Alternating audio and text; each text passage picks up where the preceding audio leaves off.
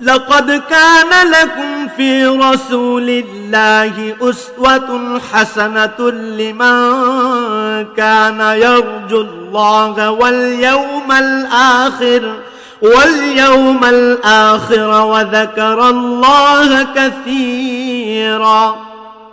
تم کو پیغمبر خدا صلی اللہ علیہ وسلم کی پیروی کرنی بہتر ہے، یعنی اس شخص کو جسے خدا سے ملنے اور روز قیامت کے آنے کی امید ہو اور وہ خدا کا ذکر کثرت سے کرتا ہو۔ امام مالک نے بیان کیا، ان سے نافع نے اور ان سے حضرت عبداللہ بن عمر رضی اللہ عنہ نے، کہ انہوں نے اپنی بیوی آمنہ بنت غفار کو رسول اللہ صلی اللہ علیہ وسلم کے زمانے میں حالت حیض میں طلاق دے دی۔ حضرت عمر بن خطاب رضی اللہ عنہ نے حضرت صلی اللہ علیہ وسلم سے اس کے متعلق پوچھا تو آپ نے فرمایا کہ عبداللہ بن عمر رضی اللہ عنہ سے کہو کہ اپنی بیوی سے رجوع کر لیں اور پھر اپنے نکاح میں باقی رکھیں۔ جب ماہواری حیض بند ہو جائے، پھر ماہواری آئے اور پھر بند ہو، تب اگر چاہیں تو اپنی بیوی کو اپنے نکاح میں باقی رکھیں اور اگر چاہیں طلاق دے دیں، لیکن طلاق اس طہر میں ان کے ساتھ ہم بستری سے پہلے ہونا چاہیے۔ یہی طہر کی وہ مدت ہے جس میں اللہ تعالیٰ نے عورتوں کو طلاق دینے کا حکم دیا ہے۔ صحیح بخاری حدیث نمبر 5251۔ سلیمان بن حرب نے بیان کیا، کہا ہم سے شعبہ نے، ان سے انس بن سیرین نے کہا کہ میں نے ابن عمر رضی اللہ عنہ سے سنا، انہوں نے کہا کہ ابن عمر رضی اللہ عنہ نے اپنی بیوی کو حالت حیض میں طلاق دے دی۔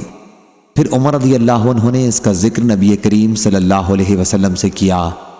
حضرت صلی اللہ علیہ وسلم نے اس پر فرمایا کہ چاہیے کہ رجوع کر لیں۔ انس نے بیان کیا کہ میں نے ابن عمر رضی اللہ عنہ سے پوچھا کہ کیا یہ طلاق سمجھی جائے گی؟ انہوں نے کہا کہ چپ رہ، پھر کیا سمجھی جائے گی؟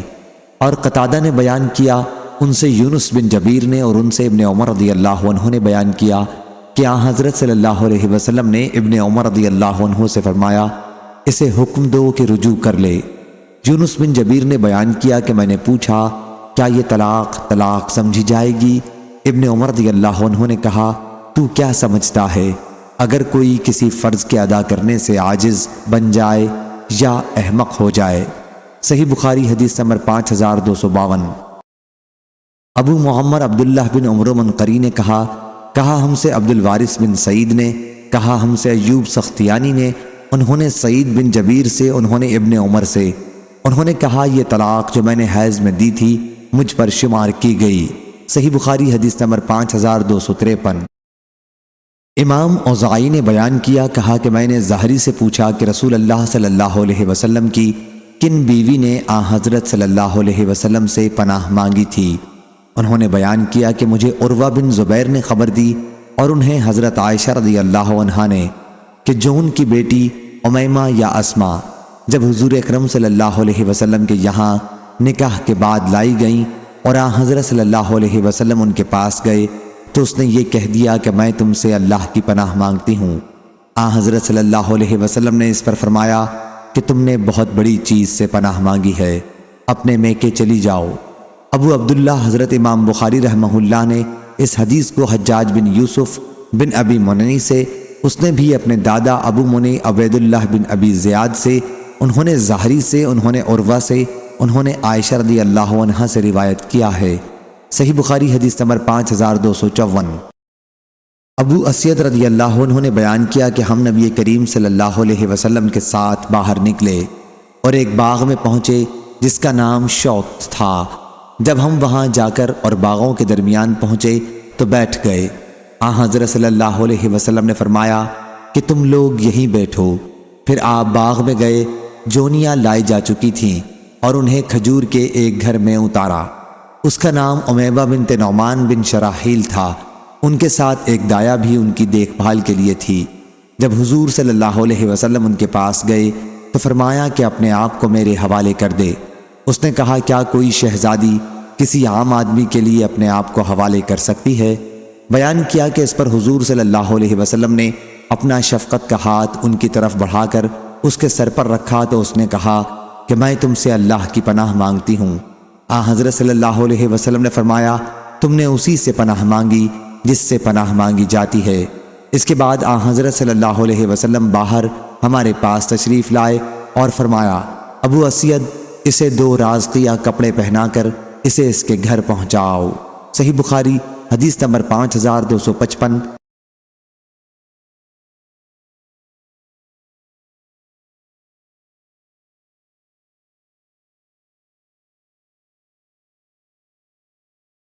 حجاج بن منہال نے بیان کیا، کہا ہم سے حمام بن یحییٰ نے، ان سے قتادہ نے، ان سے ابو غلاب یونس بن جبیر نے کہ میں نے ابن عمر رضی اللہ عنہ سے کہا، ایک شخص نے اپنی بیوی کو اس وقت طلاق دی جب وہ حائضہ تھی، اس کا کیا حکم؟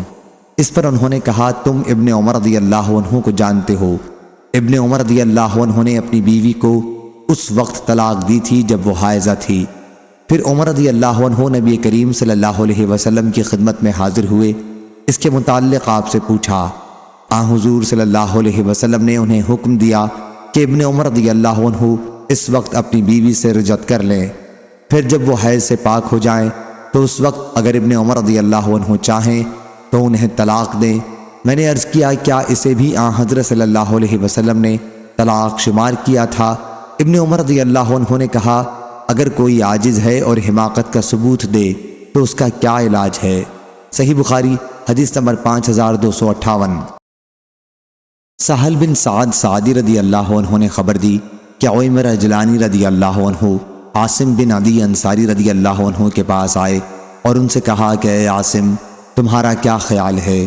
اگر کوئی اپنی بیوی کے ساتھ کسی غیر کو دیکھے تو کیا اسے وہ قتل کر سکتا ہے؟ لیکن پھر تم قصاص میں اسے شوہر کو بھی قتل کر دو گے، یا پھر وہ کیا کرے گا؟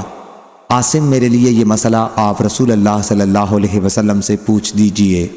عاصم رضی اللہ عنہ نے جب حضور اکرم صلی اللہ علیہ وسلم سے یہ مسئلہ پوچھا تو حضرت صلی اللہ علیہ وسلم نے ان سوالات کو ناپسند فرمایا، اور اس سلسلے میں حضور صلی اللہ علیہ وسلم کے کلمات عاصم رضی اللہ عنہ پر گراں گزرے۔ اور جب وہ واپس اپنے گھر آئے تو عویمر نے آ کر ان سے پوچھا کہ بتائیے، آپ سے حضور اکرم صلی اللہ علیہ وسلم نے کیا فرمایا؟ عاصم نے اس پر کہا کہ تم نے مجھ کو آفت میں ڈالا، جو سوال تم نے پوچھا تھا وہ حضرت صلی اللہ علیہ وسلم کو ناگوار گزرا۔ عویمر رضی اللہ عنہ نے کہا کہ اللہ کی قسم، یہ مسئلہ حضور صلی اللہ علیہ وسلم سے پوچھے بغیر میں باز نہیں آؤں گا۔ چنانچہ وہ روانہ ہوئے اور حضور اکرم صلی اللہ علیہ وسلم کی خدمت میں پہنچے۔ حضرت صلی اللہ علیہ وسلم لوگوں کے درمیان میں تشریف رکھتے تھے۔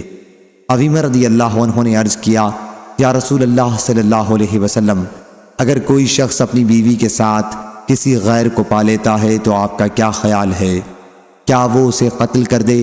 لیکن اس صورت میں آپ اسے قتل کر دیں گے یا پھر اسے کیا کرنا چاہیے؟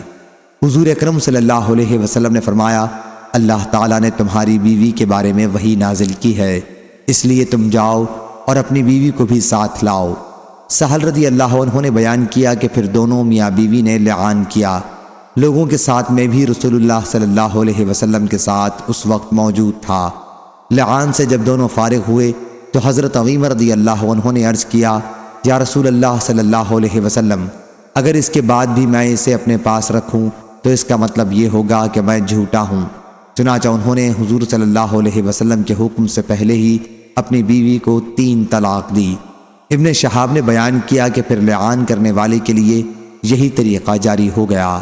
صحیح بخاری حدیث نمبر 5259۔ عروہ بن زبیر نے خبر دی اور انہیں حضرت عائشہ رضی اللہ عنہا نے خبر دی کہ رفاعہ قرظی رضی اللہ عنہ کی بیوی رسول اللہ صلی اللہ علیہ وسلم کی خدمت میں حاضر ہوئیں اور عرض کیا، یا رسول اللہ صلی اللہ علیہ وسلم، رفاعہ رضی اللہ عنہ نے مجھے طلاق دے دی تھی اور طلاق بھی بائن۔ پھر میں نے اس کے بعد عبد الرحمن بن زبیر قرظی رضی اللہ عنہ سے نکاح کر لیا، لیکن ان کے پاس تو کپڑے کے پلو جیسا ہے، یعنی وہ نامرد ہیں۔ حضرت صلی اللہ علیہ وسلم نے فرمایا، غالباً تم رفاعہ رضی اللہ عنہ کے پاس دوبارہ جانا چاہتی ہو، لیکن ایسا اس وقت تک نہیں ہو سکتا جب تک تم اپنے موجودہ شوہر کا مزہ نہ چکھ لو اور وہ تمہارا مزہ نہ چکھ لے۔ صحیح بخاری حدیث نمبر 5260۔ قاسم بن محمد نے بیان کیا اور ان سے حضرت عائشہ رضی اللہ عنہا نے کہ ایک صاحب نے اپنی بیوی کو 3 طلاق دے دی تھی۔ ان کی بیوی نے دوسری شادی کر لی، پھر دوسرے شوہر نے بھی ہم بستری سے پہلے انہیں طلاق دے دی۔ رسول اللہ صلی اللہ علیہ وسلم سے سوال کیا گیا کہ کیا پہلا شوہر اب ان کے لیے حلال ہے کہ ان سے دوبارہ شادی کر لیں؟ حضرت صلی اللہ علیہ وسلم نے فرمایا کہ نہیں، یہاں تک کہ وہ یعنی شوہر ثانی اس کا مزہ چکھے جیسا کہ پہلے نے مزہ چکھا تھا۔ صحیح بخاری حدیث نمبر 5261۔ مسلم بن سبیح نے بیان کیا، ان سے مسروق نے اور ان سے حضرت عائشہ رضی اللہ عنہا نے بیان کیا کہ رسول اللہ صلی اللہ علیہ وسلم نے ہمیں اختیار دیا تھا اور ہم نے اللہ اور اس کے رسول کو ہی پسند کیا تھا، لیکن اس کا ہمارے حق میں کوئی شمار طلاق میں نہیں ہوا تھا۔ صحیح بخاری حدیث نمبر 5262۔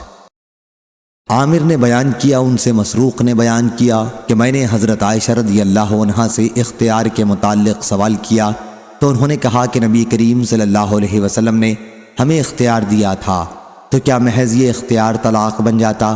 مسروق نے کہا کہ اختیار دینے کے بعد اگر تم مجھے پسند کر لیتی ہو تو اس کی کوئی حیثیت نہیں، چاہے میں 1 مرتبہ اختیار دوں یا 100 مرتبہ، طلاق نہیں ہوگی۔ صحیح بخاری حدیث نمبر 5263۔ لیث بن سعد نے نافع سے بیان کیا کہ عبداللہ بن عمر رضی اللہ عنہ سے اگر ایسے شخص کا مسئلہ پوچھا جاتا جس نے اپنی بیوی کو 3 طلاق دی ہوتی تو وہ کہتے اگر تو 1 بار یا 2 بار طلاق دیتا تو رجوع کر سکتا تھا، کیونکہ حضرت صلی اللہ علیہ وسلم نے مجھ کو ایسا ہی حکم دیا تھا، لیکن جب تو نے 3 طلاق دے دی تو وہ عورت اب تجھ پر حرام ہو گئی، یہاں تک کہ وہ تیرے سوا اور کسی شخص سے نکاح کرے۔ صحیح بخاری حدیث نمبر 5264۔ ہشام بن عروہ نے بیان کیا، ان سے ان کے والد نے اور ان سے حضرت عائشہ رضی اللہ عنہا نے بیان کیا کہ ایک شخص رفاعی نے اپنی بیوی تمیمہ بنت وہب کو طلاق دے دی، پھر ایک دوسرے شخص سے ان کی بیوی نے نکاح کیا لیکن انہوں نے بھی ان کو طلاق دے دی۔ ان دوسرے شوہر کے پاس کپڑے کے پلو کی طرح تھا، عورت کو اس سے پورا مزہ جیسا وہ چاہتی تھی نہیں ملا، آخر عبد الرحمن نے تھوڑے ہی دنوں رکھ کر اس کو طلاق دے دی۔ اب وہ عورت حضرت صلی اللہ علیہ وسلم کے پاس آئی اور عرض کیا کہ یا رسول اللہ صلی اللہ علیہ وسلم، میرے شوہر نے مجھے طلاق دے دی تھی، پھر میں نے ایک دوسرے مرد سے نکاح کیا، وہ میرے پاس تنہائی میں آئے لیکن ان کے ساتھ تو کپڑے کے پلو کی طرح کے سوا اور کچھ نہیں ہے، کل ایک ہی بار اس نے مجھ سے صحبت کی، وہ بھی بیکار، دخول ہی نہیں ہوا، اوپر ہی اوپر چھو کر رہ گیا، اب میں اپنے پہلے خاوند کے لیے حلال ہو گئی؟ آپ نے فرمایا تو اپنے پہلے خاوند کے لیے حلال نہیں ہو سکتی جب تک دوسرا خاوند تیری شیرینی نہ چکھے۔ صحیح بخاری حدیث نمبر 5265۔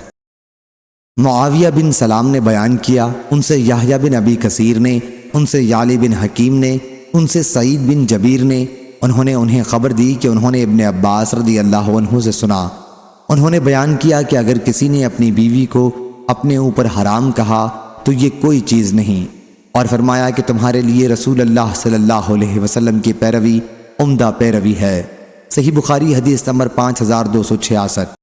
حسن بن محمد بن صباح نے بیان کیا، کہا ہم سے حجاج بن محمد عور نے، ان سے ابن جریج نے کہ عطا بن ابی رباح نے یقین کے ساتھ کہا کہ انہوں نے عبید بن عمیر سے سنا، انہوں نے بیان کیا کہ میں نے حضرت عائشہ رضی اللہ عنہا سے سنا، انہوں نے بیان کیا کہ نبی کریم صلی اللہ علیہ وسلم ام المومنین زینب بنت حجش رضی اللہ عنہا کے یہاں ٹھہرتے تھے اور ان کے یہاں شہد پیا کرتے تھے، چنانچہ میں نے اور حضرت حفصہ رضی اللہ عنہا نے مل کر صلاح کی کہ حضرت صلی اللہ علیہ وسلم ہم میں سے جس کے یہاں بھی تشریف لائیں تو حضرت صلی اللہ علیہ وسلم سے یہ کہا جائے کہ آپ کے منہ سے مغافیر، ایک خاص قسم کی بدبودار گوند کی بو آتی ہے، کیا آپ نے مغافیر کھایا ہے؟ حضرت صلی اللہ علیہ وسلم اس کے بعد ہم میں سے ایک کے یہاں تشریف لائے تو انہوں نے حضرت صلی اللہ علیہ وسلم سے یہی بات کہی، حضرت صلی اللہ علیہ وسلم نے فرمایا کہ نہیں، بلکہ میں نے زینب بنت حجش رضی اللہ عنہا کے یہاں شہد پیا ہے، اب دوبارہ نہیں پیوں گا۔ اس پر یہ آیت نازل ہوئی، کیا اے نبی آپ وہ چیز کیوں حرام کرتے ہیں جو اللہ نے آپ کے لیے حلال کی ہے؟ تا ان تتوبا الی اللہ، یہ حضرت عائشہ اور حضرت حفصہ رضی اللہ عنہا کی طرف خطاب ہے۔ وَإِذْ أَسَرَّ النَّبِيُّ إِلَى بَعْضِ أَزْوَاجِهِ حَدِيثًا، میں حدیث سے آپ کا یہی فرمانا مراد ہے کہ میں نے مغافیر نہیں کھایا بلکہ شہد پیا ہے۔ صحیح بخاری حدیث نمبر 5267۔ حسن بن محمد بن صباح نے بیان کیا، کہا ہم سے حجاج بن محمد اور نے، ان سے ابن جریج نے کہ عطا بن ابی رباح نے یقین کے ساتھ کہا کہ انہوں نے عبید بن عمیر سے سنا، انہوں نے بیان کیا کہ میں نے حضرت عائشہ رضی اللہ عنہا سے سنا، انہوں نے بیان کیا کہ نبی کریم صلی اللہ علیہ وسلم ام المومنین زینب بنت حجش رضی اللہ عنہا کے یہاں ٹھہرتے تھے اور ان کے یہاں شہد پیا کرتے تھے، چنانچہ میں نے اور حضرت حفصہ رضی اللہ عنہا نے مل کر صلاح کی کہ آن حضرت صلی اللہ علیہ وسلم ہم میں سے جس کے یہاں بھی تشریف لائیں تو آن حضرت صلی اللہ علیہ وسلم سے یہ کہا جائے کہ آپ کے منہ سے مغافیر، ایک خاص قسم کی بدبودار گوند کی بو آتی ہے، کیا آپ نے مغافیر کھایا ہے؟ آن حضرت صلی اللہ علیہ وسلم اس کے بعد ہم میں سے ایک کے یہاں تشریف لائے تو انہوں نے آن حضرت صلی اللہ علیہ وسلم سے یہی بات کہی۔ آن حضرت صلی اللہ علیہ وسلم نے فرمایا کہ نہیں، بلکہ میں نے زینب بنت حجش رضی اللہ عنہا کے یہاں شہد پیا ہے، اب دوبارہ نہیں پیوں گا۔ اس پر یہ آیت نازل ہوئی، کیا اے نبی آپ وہ چیز کیوں حرام کرتے ہیں جو اللہ نے آپ کے لیے حلال کی ہے؟ تا ان تتوبا الی اللہ، یہ حضرت عائشہ اور حضرت حفصہ رضی اللہ عنہا کی طرف خطاب ہے۔ وَإِذْ أَسَرَّ النَّبِيُّ إِلَى بَعْضِ أَزْوَاجِهِ حدیثًا، میں حدیث سے آپ کا یہی فرمانا مراد ہے کہ میں نے مغافیر نہیں کھایا بلکہ شہد پیا ہے۔ صحیح بخاری حدیث نمبر 5267۔ قتادہ نے بیان کیا ان سے زرارہ بن عوفہ نے اور ان سے حضرت ابو ہریرہ رضی اللہ عنہ نے کہ نبی کریم صلی اللہ علیہ وسلم نے فرمایا، اللہ تعالیٰ نے میری امت کو خیالات فاسدہ کی حد تک معاف کیا ہے جب تک کہ اس پر عمل نہ کرے یا اسے زبان سے ادا نہ کرے۔ قتادہ رحمہ اللہ نے کہا کہ اگر کسی نے اپنے دل میں طلاق دے دی تو اس کا اعتبار نہیں ہوگا جب تک زبان سے نہ کہے۔ صحیح بخاری حدیث نمبر 5269۔ ابو سلمہ بن عبد الرحمن نے خبر دی اور انہیں جابر رضی اللہ عنہ نے کہ قبیلہ اسلم کے ایک صاحب معاذ نامی مسجد میں نبی کریم صلی اللہ علیہ وسلم کی خدمت میں حاضر ہوئے اور عرض کیا کہ انہوں نے زنا کیا ہے۔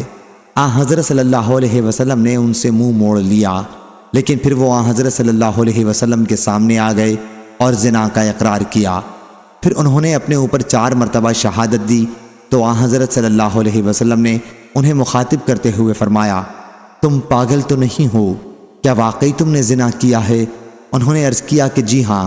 پھر آپ نے پوچھا تو شادی شدہ ہے؟ اس نے کہا کہ جی ہاں ہو چکی ہے۔ پھر آن حضرت صلی اللہ علیہ وسلم نے انہیں عیدگاہ پر رجم کرنے کا حکم دیا۔ جب انہیں پتھر لگا تو وہ بھاگنے لگے، لیکن انہیں ہرہ کے پاس پکڑا گیا اور جان سے مار دیا گیا۔ صحیح بخاری حدیث نمبر 5270۔ ابو ہریرہ رضی اللہ عنہ نے بیان کیا کہ قبیلہ اسلم کا ایک شخص رسول اللہ صلی اللہ علیہ وسلم کی خدمت میں حاضر ہوا۔ آن حضرت صلی اللہ علیہ وسلم مسجد میں تشریف رکھتے تھے۔ انہوں نے آن حضرت صلی اللہ علیہ وسلم کو مخاطب کیا اور عرض کیا کہ انہوں نے زنا کر لیا ہے۔ آن حضرت صلی اللہ علیہ وسلم نے ان سے منہ موڑ لیا، لیکن وہ آدمی آن حضرت صلی اللہ علیہ وسلم کے سامنے اس رخ کی طرف مڑ گیا جدھر آپ نے چہرہ مبارک پھیر لیا تھا اور عرض کیا کہ یا رسول اللہ صلی اللہ علیہ وسلم، دوسرے یعنی خود نے زنا کیا ہے۔ آن حضرت صلی اللہ علیہ وسلم نے اس مرتبہ بھی منہ موڑ لیا، لیکن وہ پھر آن حضرت صلی اللہ علیہ وسلم کے سامنے اس رخ کی طرف آ گیا جدھر آن حضرت صلی اللہ علیہ وسلم نے منہ موڑ لیا تھا اور یہی عرض کیا۔ آن حضرت صلی اللہ علیہ وسلم نے پھر ان سے منہ موڑ لیا۔ پھر جب چوتھی مرتبہ وہ اسی طرح آن حضرت صلی اللہ علیہ وسلم کے سامنے آ گیا اور اپنے اوپر انہوں نے 4 مرتبہ زنا کی شہادت دی تو آن حضرت صلی اللہ علیہ وسلم نے ان سے دریافت فرمایا، تم پاگل تو نہیں ہو؟ انہوں نے عرض کیا کہ نہیں۔ پھر آن حضرت صلی اللہ علیہ وسلم نے صحابہ سے فرمایا کہ انہیں لے جاؤ اور سنسار کرو، کیونکہ وہ شادی شدہ تھے۔ صحیح بخاری حدیث نمبر 5271۔ ظاہری سے روایت ہے، انہوں نے بیان کیا کہ مجھے ایک ایسے شخص نے خبر دی جنہوں نے جابر بن عبداللہ انصاری رضی اللہ عنہ سے سنا تھا کہ انہوں نے بیان کیا کہ میں بھی ان لوگوں میں تھا جنہوں نے ان صحابی کو سنسار کیا تھا۔ ہم نے انہیں مدینہ منورہ کی عیدگاہ پر سنسار کیا تھا۔ جب ان پر پتھر پڑا تو وہ بھاگنے لگے، لیکن ہم نے انہیں ہرہ میں پکڑ لیا اور انہیں سنسار کیا یہاں تک کہ وہ مر گئے۔ صحیح بخاری حدیث نمبر 4272۔ خالد نے بیان کیا ان سے اکرمہ نے اور ان سے حضرت ابن عباس رضی اللہ عنہ نے کہ ثابت بن قیس رضی اللہ عنہ کی بیوی نبی کریم صلی اللہ علیہ وسلم کی خدمت میں حاضر ہوئی اور عرض کیا کہ یا رسول اللہ صلی اللہ علیہ وسلم، مجھے ان کے اخلاق اور دین کی وجہ سے ان سے کوئی شکایت نہیں ہے، البتہ میں اسلام میں کفر کو پسند نہیں کرتی، کیونکہ ان کے ساتھ رہ کر ان کے حقوق زوجیت کو نہیں ادا کر سکتی۔ اس پر آن حضرت صلی اللہ علیہ وسلم نے ان سے فرمایا، کیا تم ان کا باغ جو انہوں نے مہر میں دیا تھا واپس کر سکتی ہو؟ انہوں نے کہا کہ جی ہاں۔ آن حضرت صلی اللہ علیہ وسلم نے ثابت رضی اللہ عنہ سے فرمایا کہ باغ قبول کر لو اور انہیں طلاق دے دو۔ صحیح بخاری حدیث نمبر 5273۔ خالد طحان نے بیان کیا ان سے خالد حذا نے ان سے اکرمہ نے کہ عبداللہ بن ابی منافق کی بہن جمیلہ رضی اللہ عنہا جو ابی کی بیٹی تھی نے یہ بیان کیا اور رسول اللہ صلی اللہ علیہ وسلم نے ان سے دریافت فرمایا تھا کہ کیا تم ان ثابت رضی اللہ عنہ کا باغ واپس کر دو گی؟ انہوں نے عرض کیا ہاں کر دوں گی۔ چنانچہ انہوں نے باغ واپس کر دیا اور انہوں نے ان کے شوہر کو حکم دیا کہ انہیں طلاق دے دیں۔ اور ابراہیم بن تہمان نے بیان کیا کہ ان سے خالد نے ان سے اکرمہ نے نبی کریم صلی اللہ علیہ وسلم سے، اور اس روایت میں بیان کیا کہ ان کے شوہر ثابت رضی اللہ عنہ نے انہیں طلاق دے دی۔ صحیح بخاری حدیث نمبر 5274۔ ابن تمیمہ سے روایت ہے ان سے اکرمہ نے ان سے حضرت ابن عباس رضی اللہ عنہ نے انہوں نے بیان کیا کہ ثابت بن قیس رضی اللہ عنہ کی بیوی رسول اللہ صلی اللہ علیہ وسلم کی خدمت میں حاضر ہوئیں اور عرض کیا یا رسول اللہ صلی اللہ علیہ وسلم، مجھے ثابت کے دین اور ان کے اخلاق کی وجہ سے کوئی شکایت نہیں ہے، لیکن میں ان کے ساتھ گزارا نہیں کر سکتی۔ آن حضرت صلی اللہ علیہ وسلم نے اس پر فرمایا کہ پھر کیا تم ان کا باغ واپس کر سکتی ہو؟ انہوں نے عرض کیا جی ہاں۔ صحیح بخاری حدیث نمبر 5275۔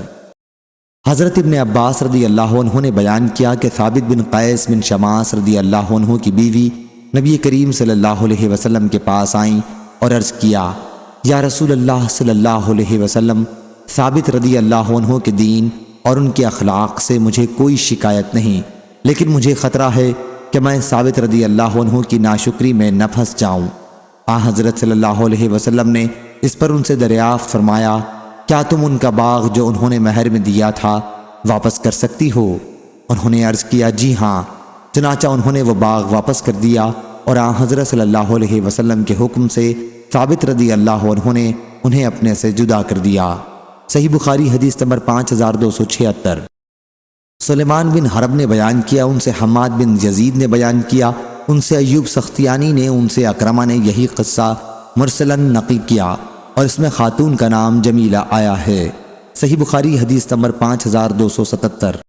مسعود بن مخرمہ رضی اللہ عنہ نے بیان کیا کہ میں نے نبی کریم صلی اللہ علیہ وسلم سے سنا، آپ فرما رہے تھے کہ بنی مغیرہ نے اس کی اجازت مانگی ہے کہ علی رضی اللہ عنہ سے وہ اپنی بیٹی کا نکاح کر لیں، لیکن میں انہیں اس کی اجازت نہیں دوں گا۔ صحیح بخاری حدیث نمبر 5278۔ اسماعیل بن عبداللہ اویسی نے بیان کیا، کہا کہ مجھ سے امام مالک نے، ان سے ربیعہ بن ابی عبد الرحمن نے، ان سے قاسم بن محمد نے اور ان سے نبی کریم صلی اللہ علیہ وسلم کی زوجہ مطہرہ عائشہ رضی اللہ عنہا نے بیان کیا کہ بریرہ رضی اللہ عنہا سے دین کے 3 مسئلے معلوم ہو گئے۔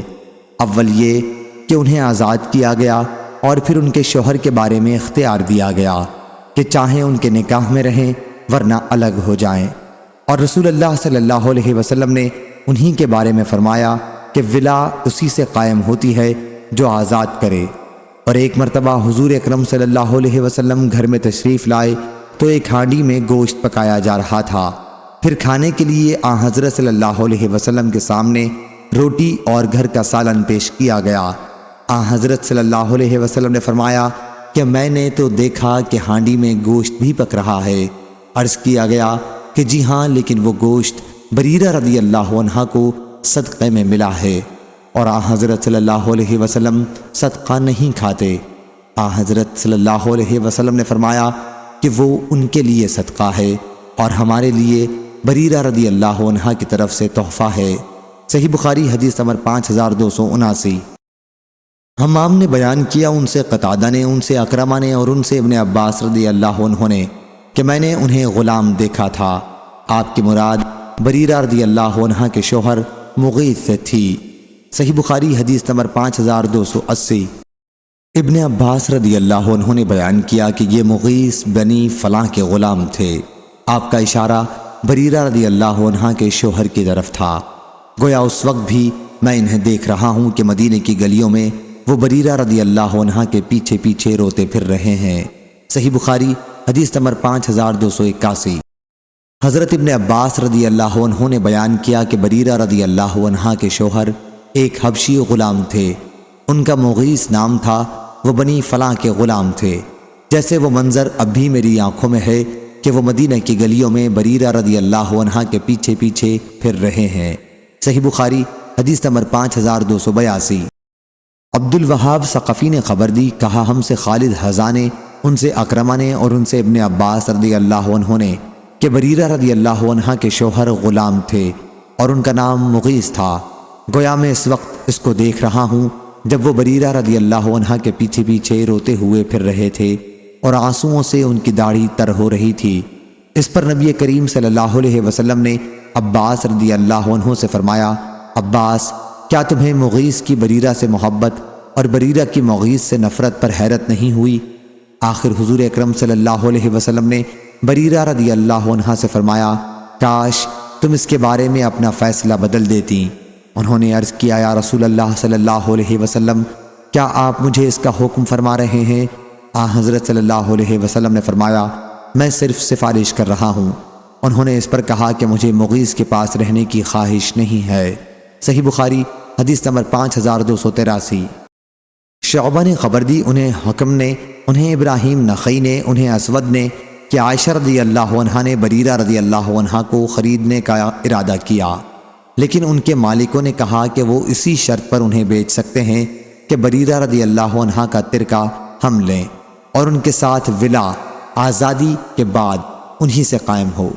عائشہ رضی اللہ عنہا نے جب اس کا ذکر نبی کریم صلی اللہ علیہ وسلم سے کیا تو آپ نے فرمایا کہ انہیں خرید کر آزاد کر دو، ترکہ تو اسی کو ملے گا جو لونڈی غلام کو آزاد کرے، اور ولا بھی اسی کے ساتھ قائم ہو سکتی ہے جو آزاد کرے۔ اور نبی کریم صلی اللہ علیہ وسلم کے سامنے گوشت لایا گیا، پھر کہا گیا کہ یہ گوشت بریرہ رضی اللہ عنہا کو صدقہ کیا گیا تھا۔ حضرت صلی اللہ علیہ وسلم نے فرمایا کہ وہ ان کے لیے صدقہ ہے اور ہمارے لیے ان کا تحفہ ہے۔ ہم سے آدم بن ابی ایاس نے بیان کیا، ان سے شعبہ نے بیان کیا، اور اس روایت میں یہ اضافہ کیا کہ پھر آزادی کے بعد انہیں ان کے شوہر کے متعلق اختیار دیا گیا کہ چاہیں ان کے پاس رہیں اور اگر چاہیں ان سے اپنا نکاح توڑ ڈالیں۔ صحیح بخاری حدیث نمبر 5284۔ لیث بن سعد نے بیان کیا، ان سے نافع نے کہ ابن عمر رضی اللہ عنہ سے اگر یہودی یا نصرانی عورتوں سے نکاح کے متعلق سوال کیا جاتا تو وہ کہتے کہ اللہ تعالیٰ نے مشرک عورتوں سے نکاح مومنوں کے لیے حرام قرار دیا ہے، اور میں نہیں سمجھتا کہ اس سے بڑھ کر اور کیا شرک ہوگا کہ ایک عورت یہ کہے کہ اس کے رب حضرت عیسیٰ علیہ السلام ہیں، حالانکہ وہ اللہ کے مقبول بندوں میں سے ایک مقبول بندے ہیں۔ صحیح بخاری حدیث نمبر 5285۔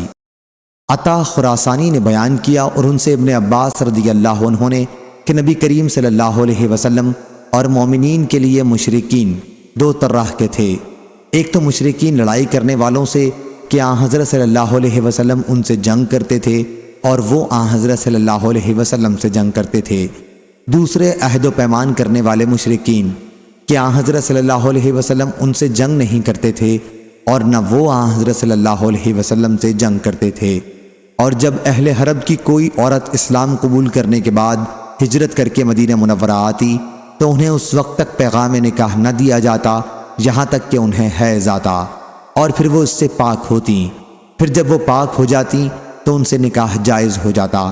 پھر اگر ان کے شوہر بھی ان کے کسی دوسرے شخص سے نکاح کر لینے سے پہلے ہجرت کر کے آ جاتے تو یہ انہی کو ملتی، اور اگر مشرکین میں سے کوئی غلام یا لونڈی مسلمان ہو کر ہجرت کرتی تو وہ آزاد سمجھے جاتے اور ان کے وہی حقوق ہوتے جو تمام مہاجرین کے تھے۔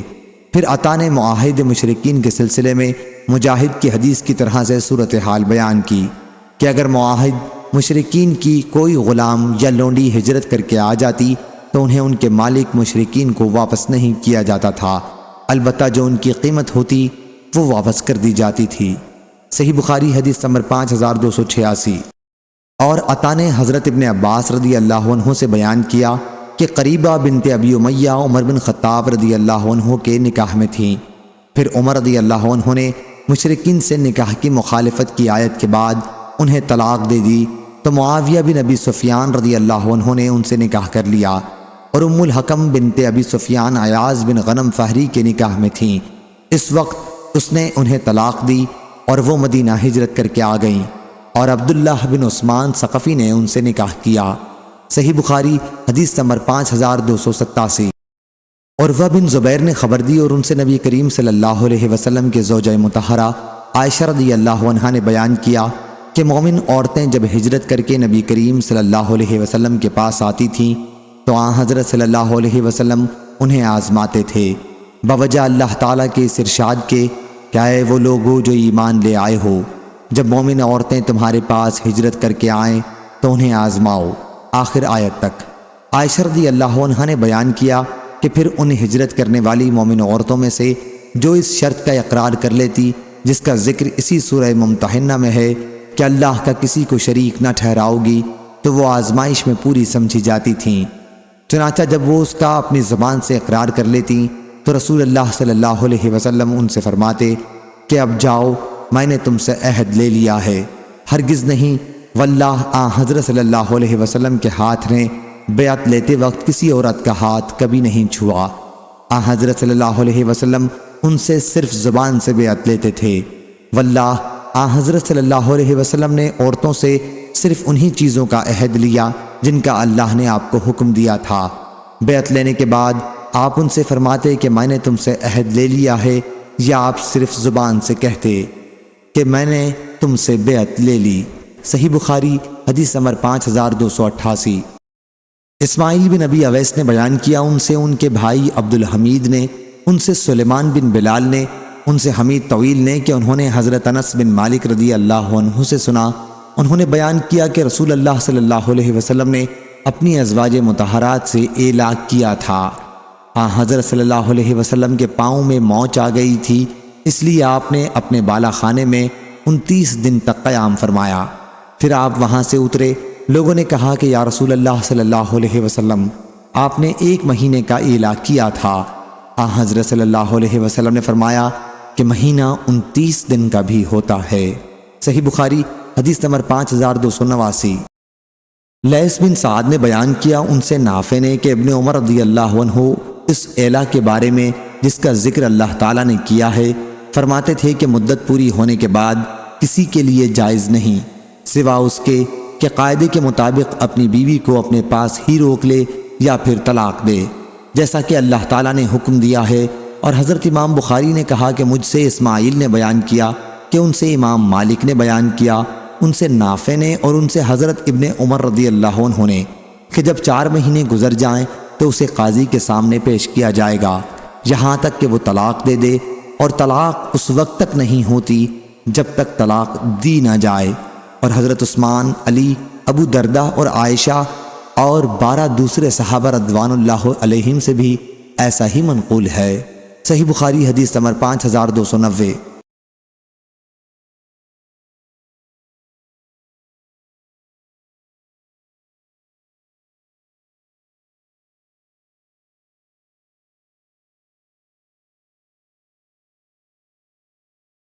ابراہیم بن تہمان نے بیان کیا ان سے خالد حزانے، ان سے اکرمہ نے اور ان سے ابن عباس رضی اللہ عنہ نے بیان کیا کہ نبی کریم صلی اللہ علیہ وسلم نے بیت اللہ کا طواف اپنے اونٹ پر سوار ہو کر کیا، اور آن حضرت صلی اللہ علیہ وسلم جب بھی رکن کے پاس آتے تو اس کی طرف اشارہ کر کے تکبیر کہتے۔ اور زینب بنت حجش رضی اللہ عنہا نے بیان کیا کہ نبی کریم صلی اللہ علیہ وسلم نے فرمایا یاجوج ماجوج کے دیوار میں اتنا سوراخ ہو گیا ہے، اور آپ نے اپنی انگلیوں سے 90 کا عدد بنایا۔ صحیح بخاری حدیث نمبر 5293۔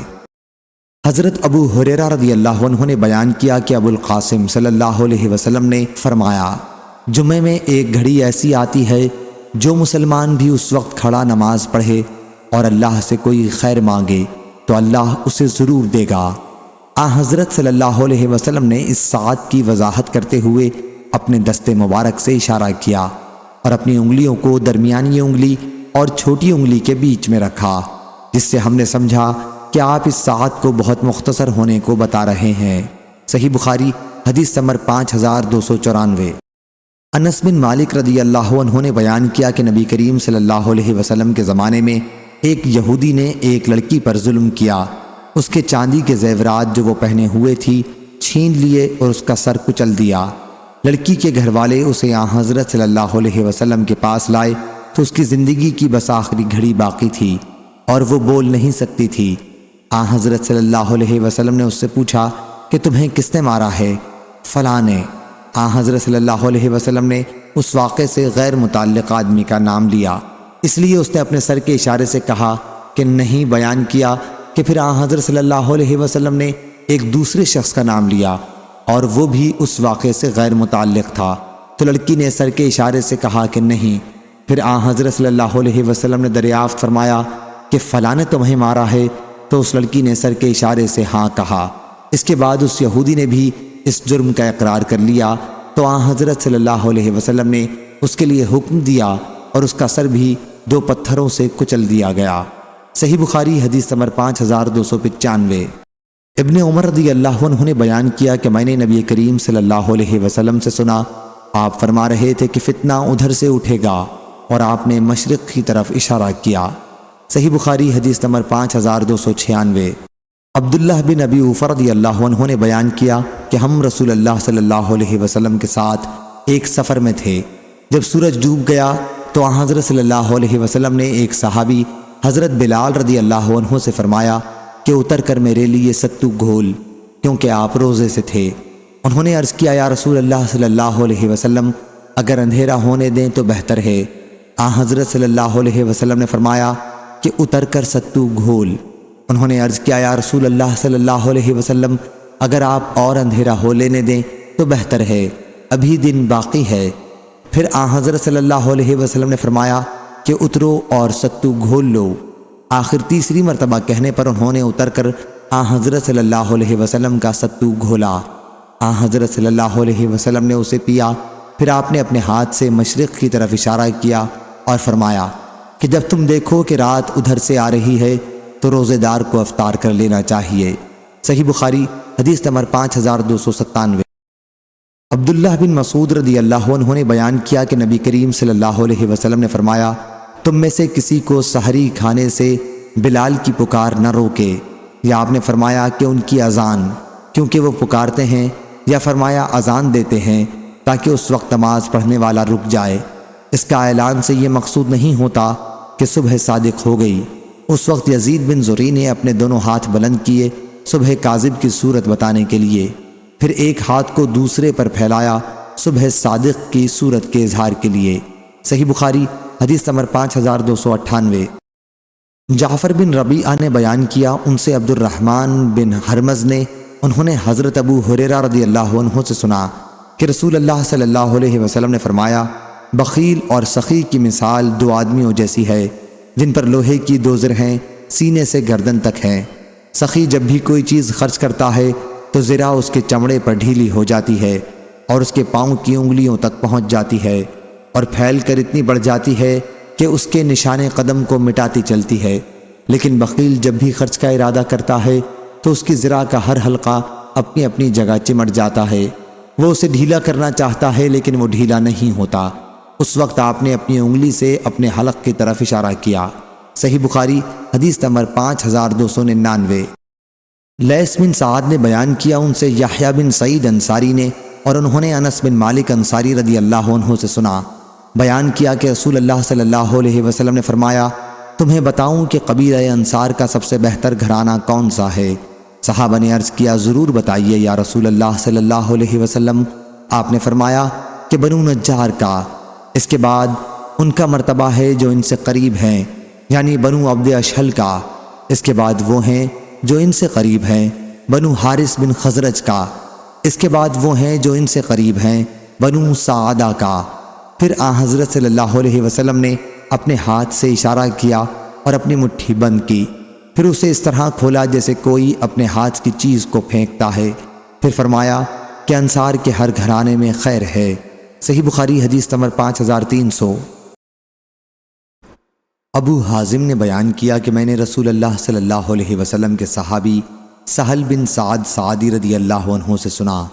انہوں نے بیان کیا کہ رسول اللہ صلی اللہ علیہ وسلم نے فرمایا، میری بوسط قیامت سے اتنی قریب ہے جیسے اس سے یعنی شہادت کی انگلی بیچ کی انگلی سے۔ یا حضرت صلی اللہ علیہ وسلم نے فرمایا، راوی کو شک تھا کہ جیسے یہ دونوں انگلیاں ہیں، اور آپ نے شہادت کی اور بیچ کی انگلیوں کو ملا کر بتایا۔ صحیح بخاری حدیث نمبر 5301۔ جبلہ بن سحیم نے بیان کیا، انہوں نے حضرت ابن عمر رضی اللہ عنہ سے سنا، انہوں نے بیان کیا کہ نبی کریم صلی اللہ علیہ وسلم نے فرمایا، مہینہ اتنے اتنے اور اتنے دنوں کا ہوتا ہے۔ آپ کی مراد 30 دن سے تھی۔ پھر فرمایا، اور اتنے اتنے اور اتنے دنوں کا بھی ہوتا ہے۔ آپ کا اشارہ 29 دنوں کی طرف تھا۔ ایک مرتبہ آپ نے 30 کی طرف اشارہ کیا اور دوسری مرتبہ 29 کی طرف۔ صحیح بخاری حدیث نمبر 5302۔ ابو مسعود رضی اللہ عنہ نے بیان کیا کہ اور نبی کریم صلی اللہ علیہ وسلم نے اپنے ہاتھ سے یمن کی طرف اشارہ کر کے فرمایا کہ برکتیں ادھر ہیں۔ 2 مرتبہ حضرت صلی اللہ علیہ وسلم نے یہ فرمایا، ہاں اور سختی اور قساوت قلب ان کی کرخت آواز والوں میں ہے، جہاں سے شیطان کی دونوں سینگیں طلوع ہوتی ہیں، یعنی ربیہ اور مزر میں۔ صحیح بخاری حدیث نمبر 5303۔ سہل رضی اللہ عنہ نے بیان کیا کہ رسول اللہ صلی اللہ علیہ وسلم نے فرمایا، میں اور یتیم کی پرورش کرنے والا جنت میں اس طرح ہوں گے، اور آپ نے شہادت کی انگلی اور بیچ کی انگلی سے اشارہ کیا اور ان دونوں انگلیوں کے درمیان تھوڑی سی جگہ کھلی رکھی۔ صحیح بخاری حدیث نمبر 5304۔ امام مالک نے بیان کیا، ان سے ابن شہاب نے، ان سے سعید بن مسیب نے، اور ان سے حضرت ابو ہریرہ رضی اللہ عنہ نے کہ ایک صحابی نبی کریم صلی اللہ علیہ وسلم کی خدمت میں حاضر ہوئے اور عرض کیا، یا رسول اللہ صلی اللہ علیہ وسلم، میرے یہاں تو کالا کلوٹا بچہ پیدا ہوا ہے۔ اس پر حضرت صلی اللہ علیہ وسلم نے فرمایا، تمہارے پاس کچھ اونٹ بھی ہیں؟ انہوں نے کہا، جی ہاں۔ حضرت صلی اللہ علیہ وسلم نے دریافت فرمایا، ان کے رنگ کیسے ہیں؟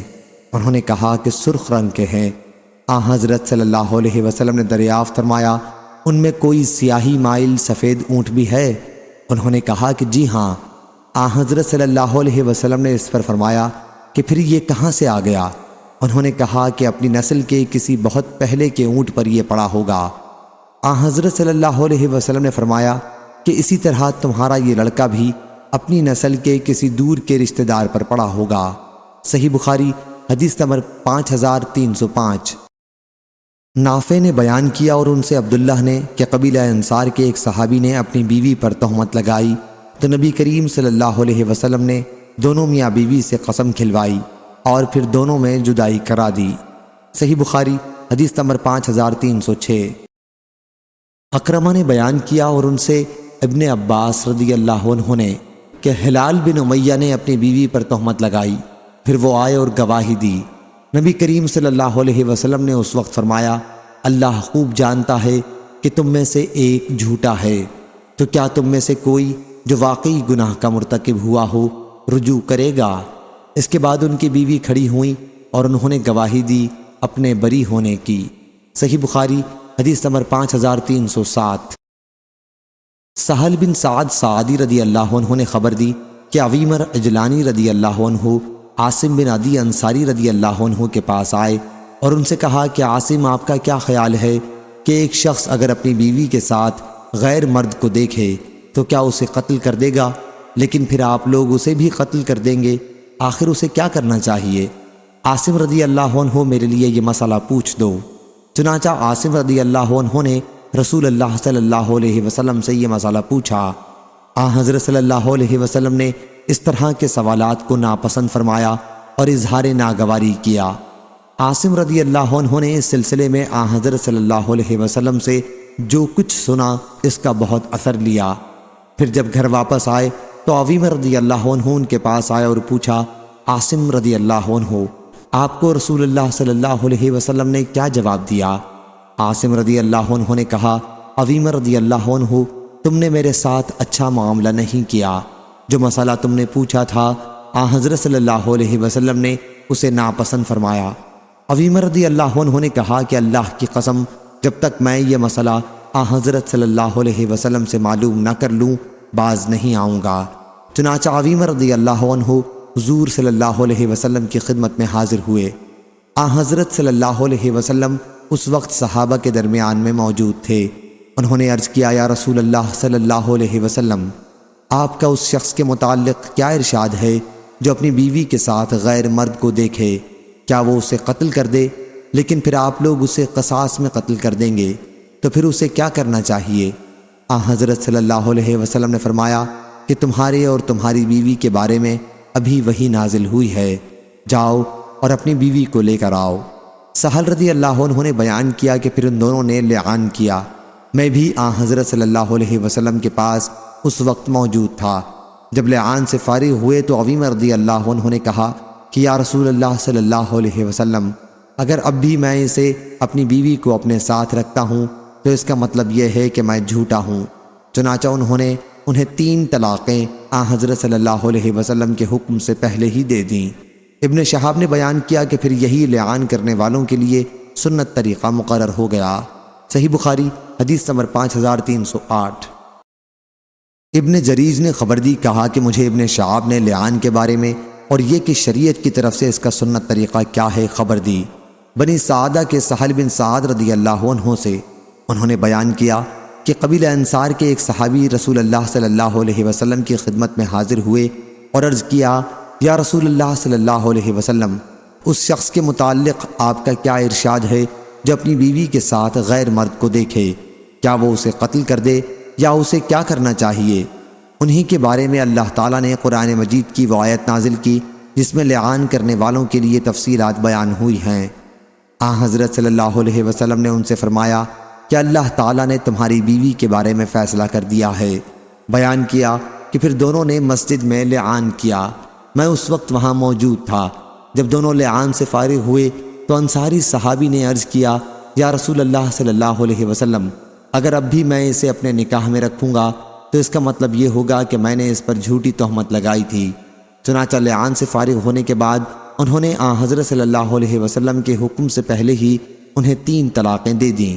حضور اکرم صلی اللہ علیہ وسلم کی موجودگی میں ہی انہیں جدا کر دیا۔ سہل رضی اللہ عنہ نے یا ابن شہاب نے کہا کہ ہر لعان کرنے والے میاں بیوی کے درمیان یہی جدائی کا سنت طریقہ مقرر ہوا۔ ابن جریج نے بیان کیا، ان سے ابن شہاب نے بیان کیا کہ ان کے بعد شریعت کی طرف سے طریقہ یہ متعین ہوا کہ 2 لعان کرنے والوں کے درمیان تفریق کرا دی جایا کرے، اور وہ عورت حاملہ تھی اور ان کا بیٹا اپنی ماں کی طرف منسوب کیا جاتا تھا۔ بیان کیا کہ پھر ایسی عورت کے میراث کے بارے میں بھی یہ طریقہ شریعت کی طرف سے مقرر ہو گیا کہ بچہ اس کا وارث ہوگا اور وہ بچے کی وارث ہوگی۔ اس کے مطابق جو اللہ تعالیٰ نے وراثت کے سلسلے میں فرض کیا ہے ابن جریج نے بیان کیا، ان سے ابن شہاب نے اور ان سے سہل بن سعد سعدی رضی اللہ عنہ نے اسی حدیث میں کہ نبی کریم صلی اللہ علیہ وسلم نے فرمایا تھا کہ اگر لعان کرنے والی خاتون اس نے سرخ اور پستہ قد بچہ جنا جیسے وحرہ تو میں سمجھوں گا کہ عورت ہی سچی ہے اور اس کے شوہر نے اس پر جھوٹی تہمت لگائی ہے، لیکن اگر کالا بڑی آنکھوں والا اور بڑے سرینے والا بچہ جنا تو میں سمجھوں گا کہ شوہر نے اس کے متعلق سچ کہا تھا، عورت جھوٹی ہے۔ جب بچہ پیدا ہوا تو وہ بری شکل کا تھا، یعنی اس مرد کی صورت پر جس سے وہ بدنام ہوئی تھی۔ صحیح بخاری حدیث نمبر 5309۔ لیث نے بیان کیا، ان سے یحییٰ بن سعید نے، ان سے عبد الرحمن بن قاسم نے، ان سے قاسم بن محمد نے اور ان سے ابن عباس رضی اللہ عنہ نے کہ نبی کریم صلی اللہ علیہ وسلم کی مجلس میں لعان کا ذکر ہوا اور عاصم رضی اللہ عنہ نے اس سلسلے میں کوئی بات کہی کہ میں اگر اپنی بیوی کے ساتھ کسی غیر مرد کو دیکھ لوں تو وہیں قتل کر دوں، اور چلے گئے۔ پھر ان کی قوم کے ایک صحابی عویم رضی اللہ عنہ ان کے پاس آئے یہ شکایت لے کر کہ انہوں نے اپنی بیوی کے ساتھ ایک غیر مرد کو پایا ہے۔ عاصم رضی اللہ عنہ نے کہا کہ مجھے آج یہ ابتلا میری اسی بات کی وجہ سے ہوا ہے جو آپ نے حضرت صلی اللہ علیہ وسلم کے سامنے کہی تھی۔ پھر وہ انہیں لے کر حضور اکرم صلی اللہ علیہ وسلم کی خدمت میں حاضر ہوئے۔ اور آن حضرت صلی اللہ علیہ وسلم کو وہ واقعہ بتایا جس میں ملوث اس صحابی نے اپنی بیوی کو پایا تھا۔ یہ صاحب زرد رنگ، کم گوشت والے، دبلے پتلے اور سیدھے بال والے تھے، اور جس کے متعلق انہوں نے دعویٰ کیا تھا اسے انہوں نے اپنی بیوی کے ساتھ تنہائی میں پایا۔ وہ گٹھے ہوئے جسم کا، گندمی اور بھرے گوشت والا تھا۔ پھر حضور اکرم صلی اللہ علیہ وسلم نے دعا فرمائی کہ اے اللہ اس معاملے کو صاف کر دے۔ چنانچہ اس عورت نے بچہ اسی مرد کی شکل کا جنا جس کے متعلق شوہر نے دعویٰ کیا تھا کہ اسے انہوں نے اپنی بیوی کے ساتھ پایا تھا۔ حضرت صلی اللہ علیہ وسلم نے میاں بیوی کے درمیان لعان کرایا۔ ایک شاگرد نے مجلس میں ابن عباس رضی اللہ عنہ سے پوچھا، کیا یہی وہ عورت ہے جس کے متعلق حضور اکرم صلی اللہ علیہ وسلم نے فرمایا تھا کہ اگر میں کسی کو بلا شہادت کے سنگسار کر سکتا تو اس عورت کو سنگسار کرتا؟ ابن عباس رضی اللہ عنہ نے کہا کہ نہیں، یہ جملہ حضرت صلی اللہ علیہ وسلم نے اس عورت کے متعلق فرمایا تھا جس کی بدکاری اسلام کے زمانے میں کھل گئی تھی۔ ابو صالح اور عبداللہ بن یوسف نے اس حدیث میں بجائے خدلا کے کسرہ کے ساتھ دال خدلا روایت کیا ہے، لیکن معنی وہی ہے۔ صحیح بخاری حدیث نمبر 5310۔ سعید بن جبیر نے بیان کیا کہ میں نے حضرت ابن عمر رضی اللہ عنہ سے ایسے شخص کا حکم پوچھا جس نے اپنی بیوی پر تہمت لگائی ہو، تو انہوں نے کہا کہ نبی کریم صلی اللہ علیہ وسلم نے بنی اجلان کے میاں بیوی کے درمیان ایسی صورت میں جدائی کرا دی تھی، اور فرمایا تھا کہ اللہ خوب جانتا ہے کہ تم میں سے ایک جھوٹا ہے، تو کیا تم میں سے ایک جو واقعی گناہ میں مبتلا ہے رجوع کرے گا؟ لیکن ان دونوں نے انکار کیا تو حضور اکرم صلی اللہ علیہ وسلم نے ان میں جدائی کرا دی۔ ایوب نے کہا کہ مجھ سے عمر بن دینار نے فرمایا کہ حدیث کے بعض اجزاء میرے خیال ہے کہ میں نے ابھی تم سے بیان نہیں کیے ہیں۔ فرمایا کہ ان صاحب نے جنہوں نے لعان کیا تھا کہا کہ میرے مال کا کیا ہوگا جو میں نے مہر میں دیا تھا۔ بیان کیا کہ اس پر ان سے کہا گیا کہ وہ مال جو عورت کو مہر میں دیا تھا اب تمہارا نہیں رہا، اگر تم سچے ہو اس تہمت لگانے میں تب بھی، کیونکہ تم اس عورت کے پاس تنہائی میں جا چکے ہو، اور اگر تم جھوٹے ہو تب تو تم کو اور بھی مہر نہ ملنا چاہیے۔ صحیح بخاری حدیث نمبر 5311۔ سفیان بن عینہ نے بیان کیا کہ عمروں نے کہا کہ میں نے سعید بن جبیر سے سنا، انہوں نے بیان کیا کہ میں نے حضرت ابن عمر رضی اللہ عنہ سے لعان کرنے والوں کا حکم پوچھا تو انہوں نے بیان کیا کہ ان کے متعلق رسول اللہ صلی اللہ علیہ وسلم نے فرمایا تھا کہ تمہارا حساب تو اللہ تعالیٰ کے ذمہ ہے، تم میں سے ایک جھوٹا ہے، اب تمہیں تمہاری بیوی پر کوئی اختیار نہیں۔ ان صحابی نے عرض کیا کہ میرا مال واپس کرا دیجئے جو مہر میں دیا گیا تھا۔ حضرت صلی اللہ علیہ وسلم نے فرمایا کہ اب وہ تمہارا مال نہیں ہے، اگر تم اس کے معاملے میں سچے ہو تو تمہارا یہ مال اس کے بدلے میں ختم ہو چکا کہ تم نے اس کی شرمگاہ کو حلال کیا تھا، اور اگر تم نے اس پر جھوٹی تہمت لگائی تھی پھر تو وہ تم سے بعید تر ہے۔ سفیان نے بیان کیا کہ یہ حدیث میں نے عمروں سے یاد کی، اور ایوب نے بیان کیا کہ میں نے سعید بن جبیر سے سنا، کہا کہ میں نے ابن عمر رضی اللہ عنہ سے ایسے شخص کے متعلق پوچھا جس نے اپنی بیوی سے لعان کیا ہو، تو آپ نے اپنی 2 انگلیوں سے اشارہ کیا۔ سفیان نے اس اشارے کو اپنی 2 شہادت اور بیچ کی انگلیوں کو جدا کر کے بتایا کہ نبی کریم صلی اللہ علیہ وسلم نے قبیلہ بنی اجلان کے میاں بیوی کے درمیان جدائی کرائی تھی، اور فرمایا تھا کہ اللہ جانتا ہے کہ تم میں سے ایک جھوٹا ہے، تو کیا وہ رجوع کر لے گا؟ آپ نے 3 مرتبہ یہ فرمایا۔ علی بن عبداللہ مدینی نے کہا کہ سفیان بن عینہ نے مجھ سے کہا، میں نے یہ حدیث جیسے عمر بن دینار اور ایوب سے سن کر یاد رکھی تھی ویسی ہی تجھ سے بیان کر دی۔ صحیح بخاری حدیث نمبر 5312۔ انس بن عیاض نے بیان کیا ان سے عبید اللہ نے اور ان سے نافع نے کہ حضرت ابن عمر رضی اللہ عنہ نے انہیں خبر دی کہ نبی کریم صلی اللہ علیہ وسلم نے اس مرد اور اس کی بیوی کے درمیان جدائی کرا دی تھی جنہوں نے اپنی بیوی پر تہمت لگائی تھی اور دونوں سے قسم لی تھی۔ صحیح بخاری حدیث نمبر 5313۔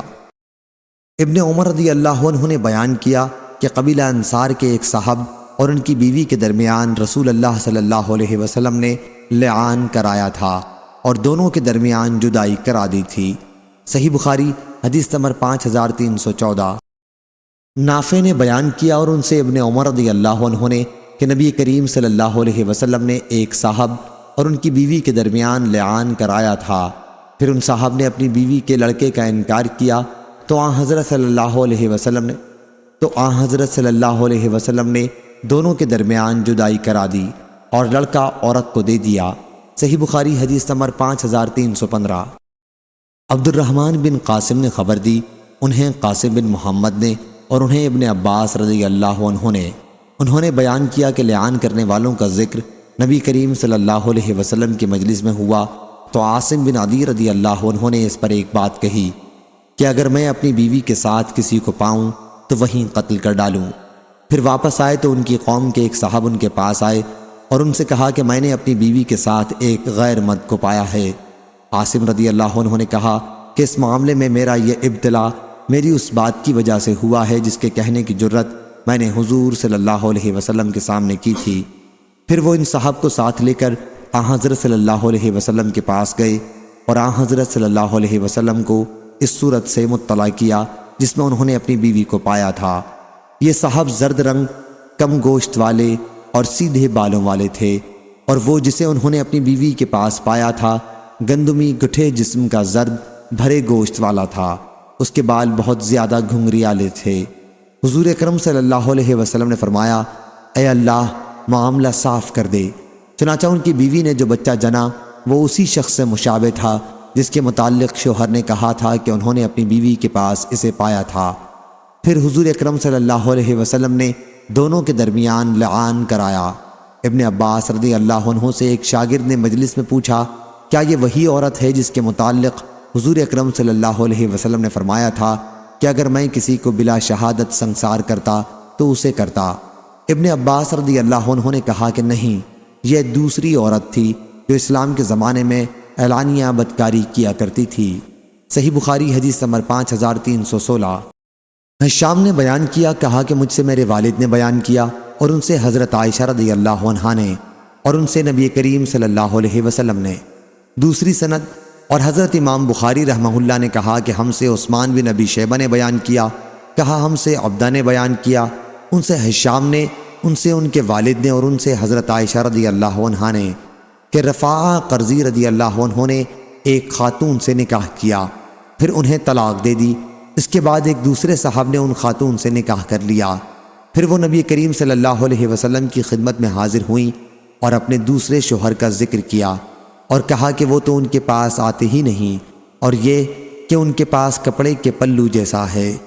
انہوں نے پہلے شوہر کے ساتھ دوبارہ نکاح کی خواہش ظاہر کی، لیکن آن حضرت صلی اللہ علیہ وسلم نے فرمایا کہ نہیں، جب تک تم اس دوسرے شوہر کا مزہ نہ چکھ لو اور یہ تمہارا مزہ نہ چکھ لیں۔ صحیح بخاری حدیث نمبر 5317۔ لیث بن سعد نے بیان کیا، ان سے جعفر بن ربیعہ نے، ان سے عبد الرحمن بن ہرمز نے کہا کہ مجھے خبر دی ابو سلمہ بن عبد الرحمن نے کہ زینب بنت ابو سلمہ رضی اللہ عنہا نے اپنی والدہ نبی کریم صلی اللہ علیہ وسلم کے زوجہ مطہرہ ام سلمہ رضی اللہ عنہا سے خبر دی کہ ایک خاتون جو اسلام لائی تھی اور جن کا نام سبیہ تھا اپنے شوہر کے ساتھ رہتی تھیں۔ شوہر کا جب انتقال ہوا تو وہ حاملہ تھیں، اور ابو سنابل بن بعلق رضی اللہ عنہ نے ان کے پاس نکاح کا پیغام بھیجا، لیکن انہوں نے نکاح کرنے سے انکار کیا۔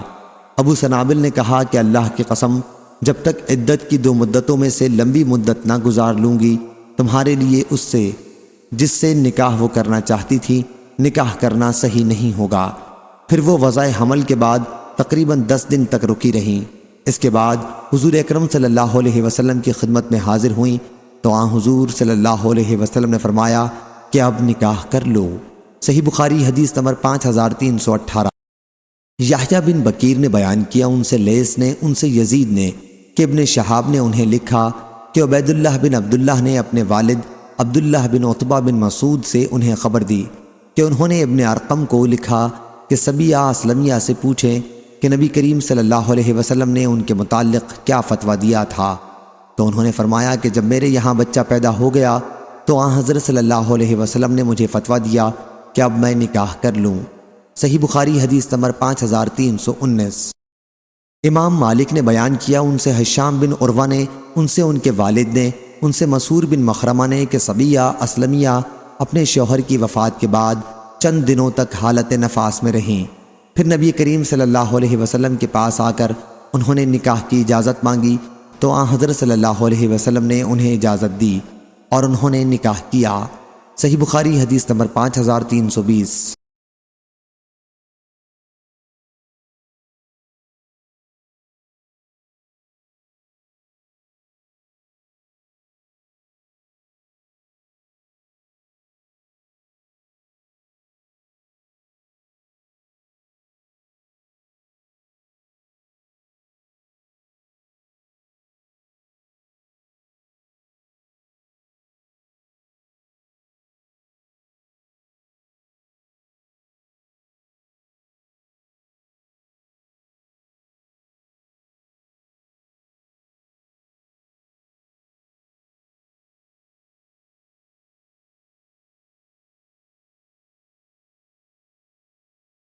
سلیمان بن حرب نے بیان کیا، کہا ہم سے شعبہ بن حجاج نے، ان سے حکم بن عتبہ نے، ان سے ابراہیم نخعی نے، ان سے اسود بن یزید نے اور ان سے عائشہ رضی اللہ عنہا نے بیان کیا کہ جب نبی کریم صلی اللہ علیہ وسلم نے حجۃ الوداع میں کوچ کا ارادہ کیا تو دیکھا کہ صفیہ رضی اللہ عنہا اپنے خیمے کے دروازے پر غمگین کھڑی ہیں۔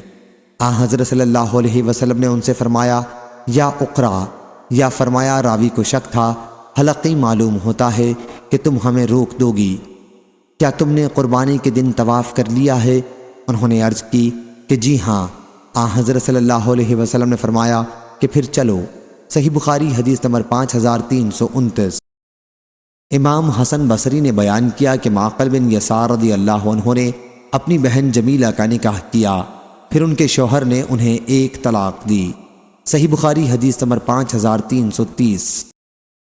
امام حسن بصری نے بیان کیا کہ معقل بن یسار رضی اللہ عنہ کی بہن ایک آدمی کے نکاح میں تھیں، پھر انہوں نے طلاق دے دی۔ اس کے بعد انہوں نے تنہائی میں عدت گزاری۔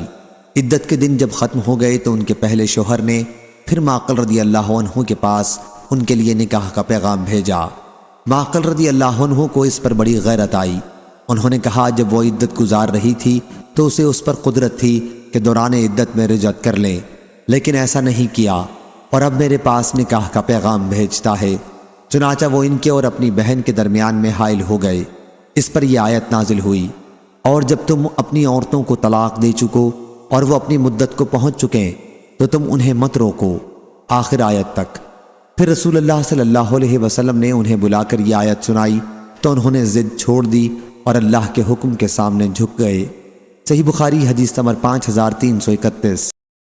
لیث بن سعد نے بیان کیا، ان سے نافع نے اور ان سے ابن عمر بن خطاب رضی اللہ عنہ نے کہ انہوں نے اپنی بیوی کو ایک طلاق دی تو اس وقت وہ حائضہ تھیں۔ رسول اللہ صلی اللہ علیہ وسلم نے ان کو حکم دیا کہ رجعت کر لیں اور انہیں اس وقت تک اپنے ساتھ رکھیں جب تک وہ اس حیض سے پاک ہونے کے بعد پھر دوبارہ حائضہ نہ ہوں۔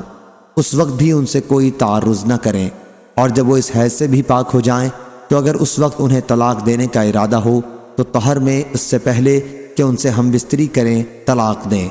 پس یہی وہ وقت ہے جس کے متعلق اللہ تعالیٰ نے حکم دیا ہے کہ اس میں عورتوں کو طلاق دی جائے۔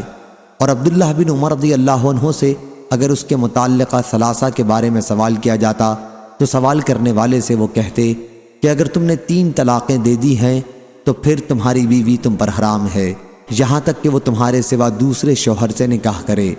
غیر قطبیہ ابو الجہم کے اس حدیث میں لیث سے یہ اضافہ کیا ہے کہ انہوں نے بیان کیا کہ مجھ سے نافع نے بیان کیا اور ان سے ابن عمر رضی اللہ عنہ نے کہا کہ اگر تم نے اپنی بیوی کو 1 یا 2 طلاق دے دی ہو تو تم اسے دوبارہ اپنے نکاح میں لا سکتے ہو، کیونکہ نبی کریم صلی اللہ علیہ وسلم نے مجھے اس کا حکم دیا تھا۔ صحیح بخاری حدیث نمبر 5332۔ یونس بن جبیر نے بیان کیا کہ میں نے ابن عمر رضی اللہ عنہ سے پوچھا تو انہوں نے بتلایا کہ ابن عمر رضی اللہ عنہ نے اپنی بیوی کو طلاق دے دی، اس وقت وہ حائضہ تھیں۔ پھر حضرت عمر رضی اللہ عنہ نے اس کے متعلق نبی کریم صلی اللہ علیہ وسلم سے پوچھا تو حضرت صلی اللہ علیہ وسلم نے حکم دیا کہ ابن عمر رضی اللہ عنہ اپنی بیوی سے رجوع کر لیں، پھر جب طلاق کا صحیح وقت آئے تو طلاق دیں۔ یونس بن جبیر نے بیان کیا کہ ابن عمر رضی اللہ عنہ سے میں نے پوچھا کہ کیا اس طلاق کا بھی شمار ہوا تھا؟ انہوں نے بتلایا کہ اگر کوئی طلاق دینے والا شرع کے احکام بجلانے سے عاجز ہو یا احمق بے وقوف ہو تو کیا طلاق نہیں پڑے گی؟ صحیح بخاری حدیث نمبر 5333۔ زینب رضی اللہ عنہا نے بیان کیا کہ میں نبی کریم صلی اللہ علیہ وسلم کی زوجہ مطہرہ ام حبیبہ رضی اللہ عنہا کے پاس اس وقت گئی جب ان کے والد ابو سفیان بن حرب رضی اللہ عنہ کا انتقال ہوا تھا۔ ام حبیبہ رضی اللہ عنہا نے خوشبو منگوائی جس میں خلوق خوشبو کی زردی یا کسی اور چیز کی ملاوٹ تھی۔ پھر وہ خوشبو ایک لونڈی نے ان کو لگائی اور ام المومنین رضی اللہ عنہا نے خود اپنے رخساروں پر اسے لگایا۔ اس کے بعد کہا کہ واللہ مجھے خوشبو کے استعمال کی کوئی خواہش نہیں تھی، لیکن میں نے رسول اللہ صلی اللہ علیہ وسلم سے سنا ہے، حضرت صلی اللہ علیہ وسلم نے فرمایا کہ کسی عورت کے لیے جو اللہ اور آخرت کے دن پر ایمان رکھتی ہو جائز نہیں کہ 2-3 دن سے زیادہ کسی کا سوگ منائے، سوائے شوہر کے کہ اس کا سوگ 4 مہینے 10 دن کا ہے۔ صحیح بخاری حدیث نمبر 5334۔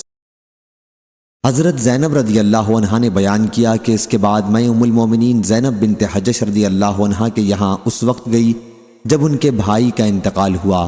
انہوں نے بھی خوشبو منگوائی اور استعمال کی اور کہا کہ واللہ مجھے خوشبو کے استعمال کی کوئی خواہش نہیں تھی، لیکن میں نے رسول اللہ صلی اللہ علیہ وسلم کو برسر ممبر یہ فرماتے سنا ہے کہ کسی عورت کے لیے جو اللہ اور آخرت کے دن پر ایمان رکھتی ہو یہ جائز نہیں کہ کسی میت پر 3 دن سے زیادہ سوگ منائے، صرف شوہر کے لیے 4 مہینے 10 دن کا سوگ ہے۔ صحیح بخاری حدیث نمبر 5335۔ زینب بنت ام سلمہ رضی اللہ عنہا نے کہا کہ میں نے ام سلمہ رضی اللہ عنہا کو بھی یہ کہتے سنا کہ ایک خاتون رسول اللہ صلی اللہ علیہ وسلم کے پاس آئیں اور عرض کیا، یا رسول اللہ صلی اللہ علیہ وسلم، میری لڑکی کے شوہر کا انتقال ہو گیا ہے اور اس کی آنکھوں میں تکلیف ہے، تو کیا وہ سرما لگا سکتی ہے؟ حضرت صلی اللہ علیہ وسلم نے اس پر فرمایا کہ نہیں۔ 2-3 مرتبہ آپ نے یہ فرمایا، ہر مرتبہ یہ فرماتے تھے کہ نہیں۔ پھر حضرت صلی اللہ علیہ وسلم نے فرمایا کہ یہ شرعی عدت 4 مہینے اور 10 دن ہی کی ہے، جاہلیت میں تو تمہیں سال بھر تک مینگنی پھینکنی پڑتی تھی جب کہیں عدت سے باہر ہوتی تھی۔ صحیح بخاری حدیث نمبر 5336۔ حمید نے بیان کیا کہ میں نے زینب بنت ام سلمہ رضی اللہ عنہا سے پوچھا کہ اس کا کیا مطلب ہے کہ سال بھر تک مینگنی پھینکنی پڑتی تھی؟ انہوں نے فرمایا کہ زمانہ جاہلیت میں جب کسی عورت کا شوہر مر جاتا تو وہ ایک نہایت تنگ و تاریک کوٹھری میں داخل ہو جاتی، سب سے برے کپڑے پہنتی اور خوشبو کا استعمال ترک کر دیتی، یہاں تک کہ اسی حالت میں 1 سال گزر جاتا۔ پھر کسی چوپائے، گدھے یا بکری یا پرندے کو اس کے پاس لایا جاتا اور وہ عدت سے باہر آنے کے لیے اس پر ہاتھ پھیرتی۔ ایسا کم ہوتا تھا کہ وہ کسی جانور پر ہاتھ پھیر دے اور وہ مر نہ جائے۔ اس کے بعد وہ نکالی جاتی اور اسے مینگنی دی جاتی جسے وہ پھینکتی۔ اب وہ خوشبو وغیرہ کوئی بھی چیز استعمال کر سکتی تھی۔ امام مالک سے پوچھا گیا کہ تفقدوا بہ کا کیا مطلب ہے، تو آپ نے فرمایا وہ اس کا جسم چھوتی تھی۔ صحیح بخاری حدیث نمبر 5337۔ آدم بن ابی ایاس نے بیان کیا، کہا ہم سے شعبہ نے، کہا ہم سے حمید بن نافع نے، ان سے زینب بنت ام سلمہ رضی اللہ عنہا نے اپنی والدہ سے کہ ایک عورت کے شوہر کا انتقال ہو گیا، اس کے بعد اس کی آنکھ میں تکلیف ہوئی تو اس کے گھر والے رسول اللہ صلی اللہ علیہ وسلم کی خدمت میں حاضر ہوئے اور آپ سے سرما لگانے کی اجازت مانگی۔ حضرت صلی اللہ علیہ وسلم نے فرمایا کہ سرما زمانہ عدت میں نہ لگاؤ، زمانہ جاہلیت میں تمہیں بدترین کپڑے میں وقت گزارنا پڑتا تھا۔ یا راوی کو شک تھا کہ یہ فرمایا کہ بدترین گھر میں وقت عدت گزارنا پڑتا تھا۔ جب اس طرح 1 سال پورا ہو جاتا تو اس کے پاس سے کتا گزرتا اور وہ اس پر مینگنی پھینکتی، جب عدت سے باہر آتی، پس سرما نہ لگاؤ یہاں تک کہ 4 مہینے 10 دن گزر جائیں۔ صحیح بخاری حدیث نمبر 5338۔ اور میں نے زینب بنت ام سلمہ رضی اللہ عنہا سے سنا، وہ ام حبیبہ سے بیان کرتی تھیں کہ نبی کریم صلی اللہ علیہ وسلم نے فرمایا، ایک مسلمان عورت جو اللہ اور آخرت کے دن پر ایمان رکھتی ہو اس کے لیے جائز نہیں کہ وہ کسی کی وفات کا سوگ 3 دن سے زیادہ منائے، سوائے شوہر کے کہ اس کے لیے 4 مہینے 10 دن ہیں۔ صحیح بخاری حدیث نمبر 5339۔ سلمہ بنت علقمہ نے بیان کیا، ان سے محمد بن سیرین نے کہ ام عطیہ رضی اللہ عنہا نے بیان کیا کہ ہمیں منع کیا گیا ہے کہ شوہر کے سوا کسی کا سوگ منائیں، 3 دن سے زیادہ منائیں۔ صحیح بخاری حدیث نمبر 5340۔ ام عطیہ رضی اللہ عنہا نے بیان کیا کہ ہمیں اس سے منع کیا گیا کہ کسی میت کا 3 دن سے زیادہ سوگ منائیں، سوائے شوہر کے کہ اس کے لیے 4 مہینے 10 دن کی عدت تھی۔ اس عرصے میں ہم نہ سرما لگاتے، نہ خوشبو استعمال کرتے اور نہ رنگا کپڑا پہنتے تھے، البتہ وہ کپڑا اس سے الگ تھا جس کا دھاگا بننے سے پہلے ہی رنگ دیا گیا ہو۔ ہمیں اس کی اجازت تھی کہ اگر کوئی حیض کے بعد غسل کرے تو اس وقت اظفار کا تھوڑا سا عود استعمال کر لے، اور ہمیں جنازے کے پیچھے چلنے کی بھی ممانعت تھی۔ صحیح بخاری حدیث نمبر 5341۔ عبدالسلام بن حرب نے بیان کیا، ان سے ہشام بن حسان نے، ان سے حفصہ بنت سیرین نے، اور ان سے ام عطیہ رضی اللہ عنہا نے کہ نبی کریم صلی اللہ علیہ وسلم نے فرمایا، جو عورت اللہ اور آخرت کے دن پر ایمان رکھتی ہو اس کے لیے جائز نہیں کہ 3 دن سے زیادہ کسی کا سوگ منائے، سوائے شوہر کے وہ اس کے سوگ میں نہ سرما لگائے نہ رنگا ہوا کپڑا پہنے، مگر یمن کا دھاری دار کپڑا جو بننے سے پہلے ہی رنگا گیا ہو۔ صحیح بخاری حدیث نمبر 5342۔ ہشام بن حسان نے بیان کیا، کہا ہم سے حفصہ بنت سیرین نے اور ان سے ام عطیہ رضی اللہ عنہا نے کہ نبی کریم صلی اللہ علیہ وسلم نے منع فرمایا کسی میت پر خاوند کے سوا 3 دن سے زیادہ سوگ کرنے سے، اور فرمایا کہ خوشبو کا استعمال نہ کرے، سوا طہر کے وقت جب حیض سے پاک ہو تو تھوڑا سا عود، قسط اور مقام اظفار کی خوشبو استعمال کر سکتی ہے۔ ابو عبداللہ حضرت امام بخاری کہتے ہیں کہ قسط اور القسط ایک ہی چیز ہیں، جیسے کافور اور قافور دونوں ایک ہیں۔ صحیح بخاری حدیث نمبر 5343۔ روح بن عبادہ نے خبر دی، کہا ہم سے شبل بن عباد نے، ان سے ابن ابی نجیح نے اور ان سے مجاہد نے آیت کریمہ والذین یتوفون، یعنی اور جو لوگ تم میں سے وفات پا جائیں اور بیویاں چھوڑ جائیں کے متعلق کہا کہ یہ عدت جو شوہر کے گھر والوں کے پاس گزاری جاتی تھی پہلے واجب تھی، اس لیے اللہ تعالیٰ نے یہ آیت اتاری، والذین یتوفون منکم، یعنی اور جو لوگ تم میں سے وفات پا جائیں اور بیویاں چھوڑ جائیں ان پر لازم ہے کہ اپنی بیویوں کے حق میں نفع اٹھانے کی وصیت کر جائیں کہ وہ 1 سال تک گھر سے نہ نکالی جائیں، لیکن اگر وہ خود نکل جائیں تو کوئی گناہ تم پر نہیں، اس باب میں جیسے وہ بیویاں اپنے بارے میں دستور کے مطابق کریں۔ مجاہد نے کہا کہ اللہ تعالیٰ نے ایسی بیوہ کے لیے 7 مہینے 20 دن سال بھر میں سے وصیت قرار دی، اگر وہ چاہے تو شوہر کی وصیت کے مطابق وہیں ٹھہری رہے، اور اگر چاہے 4 مہینے 10 دن کی عدت پوری کر کے وہاں سے چلی جائے۔ اللہ تعالیٰ کے ارشاد غیر اخراج تک، یعنی انہیں نکالا نہ جائے، البتہ اگر وہ خود چلی جائیں تو تم پر گناہ نہیں، کا یہی منشا ہے، پس عدت تو جیسے کہ پہلے تھی اب بھی اس پر واجب ہے۔ ابن ابی نجیح نے اسے مجاہد سے بیان کیا، اور عطا نے بیان کیا کہ حضرت ابن عباس رضی اللہ عنہ نے کہا کہ اس پہلی آیت نے بیوہ کو خاوند کے گھر میں عدت گزارنے کا حکم کو منسوخ کر دیا، اس لیے اب وہ جہاں چاہے عدت گزارے، اور اسی طرح اس آیت نے اللہ تعالیٰ کے ارشاد غیر اخراج یعنی انہیں نکالا نہ جائے کو بھی منسوخ کر دیا ہے۔ عطا نے کہا کہ اگر وہ چاہے تو اپنے شوہر کے گھر والوں کے یہاں ہی عدت گزارے اور وصیت کے مطابق قیام کرے، اور اگر چاہے وہاں سے چلی آئے، کیونکہ اللہ تعالیٰ نے فرمایا ہے فَلَيْسَ عَلَيْكُمْ جُنَاحٌ، یعنی پس تم پر اس کا کوئی گناہ نہیں جو وہ اپنی مرضی کے مطابق کریں۔ عطا نے کہا کہ اس کے بعد میراث کا حکم نازل ہوا اور اس نے مکان کے حکم کو منسوخ کر دیا، پس وہ جہاں چاہے عدت گزار سکتی ہے اور اس کے لیے شوہر کی طرف سے مکان کا انتظام نہیں ہوگا۔ صحیح بخاری حدیث نمبر 5344۔ زینب بنت ام سلمہ رضی اللہ عنہا نے بیان کیا، اور ان سے ام حبیبہ بنت ابو سفیان رضی اللہ عنہا نے بیان کیا کہ جب ان کے والد کی وفات کی خبر پہنچی تو انہوں نے خوشبو منگوائی اور اپنے دونوں بازوؤں پر لگائی، پھر کہا کہ مجھے خوشبو کی کوئی ضرورت نہ تھی، لیکن میں نے رسول اللہ صلی اللہ علیہ وسلم سے سنا ہے کہ جو عورت اللہ اور آخرت پر ایمان رکھتی ہو وہ کسی میت کا 3 دن سے زیادہ سوگ نہ منائے، سوائے شوہر کے کہ اس کے لیے 4 مہینے 10 دن ہیں۔ صحیح بخاری حدیث نمبر 5345۔ ابو مسعود رضی اللہ عنہ نے بیان کیا کہ نبی کریم صلی اللہ علیہ وسلم نے کتے کی قیمت، کاہن کی کمائی اور زانیہ عورت کے زنا کی کمائی کھانے سے منع فرمایا۔ صحیح بخاری حدیث نمبر 5346۔ عون بن ابی جحیفہ نے بیان کیا ان سے ان کے والد نے کہ نبی کریم صلی اللہ علیہ وسلم نے گودنے والی اور گدوانے والی، سود کھانے والے اور سود کھلانے والے پر لعنت بھیجی، اور آپ صلی اللہ علیہ وسلم نے کتے کی قیمت اور زانیہ کی کمائی کھانے سے منع فرمایا اور تصویر بنانے والوں پر لعنت کی۔ صحیح بخاری حدیث نمبر 5347۔ شعبہ نے خبر دی انہیں محمد بن جحادہ نے، انہیں ابو حازم نے اور انہیں ابو ہریرہ رضی اللہ عنہ نے کہ نبی کریم صلی اللہ علیہ وسلم نے لونڈیوں کی زنا کی کمائی سے منع فرمایا۔ صحیح بخاری حدیث نمبر 5348۔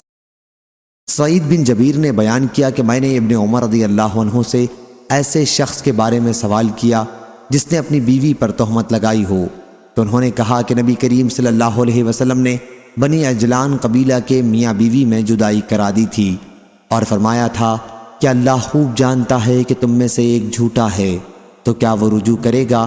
لیکن دونوں نے انکار کیا۔ آپ نے دوبارہ فرمایا کہ اللہ خوب جانتا ہے اسے جو تم میں سے ایک جھوٹا ہے، وہ توبہ کرتا ہے یا نہیں، لیکن دونوں نے پھر توبہ سے انکار کیا۔ پس حضرت صلی اللہ علیہ وسلم نے ان میں جدائی کرا دی۔ ایوب نے بیان کیا کہ مجھ سے عمرو بن دینار نے کہا کہ یہاں حدیث میں ایک چیز اور ہے، میں نے تمہیں اسے بیان کرتے نہیں دیکھا، وہ یہ ہے کہ تہمت لگانے والے شوہر نے کہا تھا کہ میرا مال مہر دلوا دیجئے۔ حضرت صلی اللہ علیہ وسلم نے اس پر فرمایا کہ وہ تمہارا مال ہی نہیں رہا، اگر تم سچے بھی ہو تو تم اس سے خلوت کر چکے ہو، اور اگر جھوٹے ہو تب تو تم کو بطریق اولا کچھ نہ ملنا چاہیے۔ صحیح بخاری حدیث نمبر 5349۔ سفیان بن عینہ نے بیان کیا ان سے عمرو بن دینار نے، ان سے سعید بن جبیر نے، ان سے ابن عمر رضی اللہ عنہ نے کہ نبی کریم صلی اللہ علیہ وسلم نے لعان کرنے والے میاں بیوی سے فرمایا کہ تمہارا حساب اللہ کے یہاں ہوگا، تم میں سے ایک تو یقیناً جھوٹا ہے، تمہارے یعنی شوہر کے لیے اسے بیوی کو حاصل کرنے کا اب کوئی راستہ نہیں ہے۔ شوہر نے عرض کیا یا رسول اللہ صلی اللہ علیہ وسلم میرا مال؟ حضرت صلی اللہ علیہ وسلم نے فرمایا کہ اب وہ تمہارا مال نہیں رہا، اگر تم نے اس کے متعلق سچ کہا تھا تو وہ اس کے بدلے میں ہے کہ تم نے اس کی شرمگاہ اپنے لیے حلال کی تھی، اور اگر تم نے اس پر جھوٹی تہمت لگائی تھی تب تو اور زیادہ تجھ کو کچھ نہ ملنا چاہیے۔ صحیح بخاری حدیث نمبر 5350۔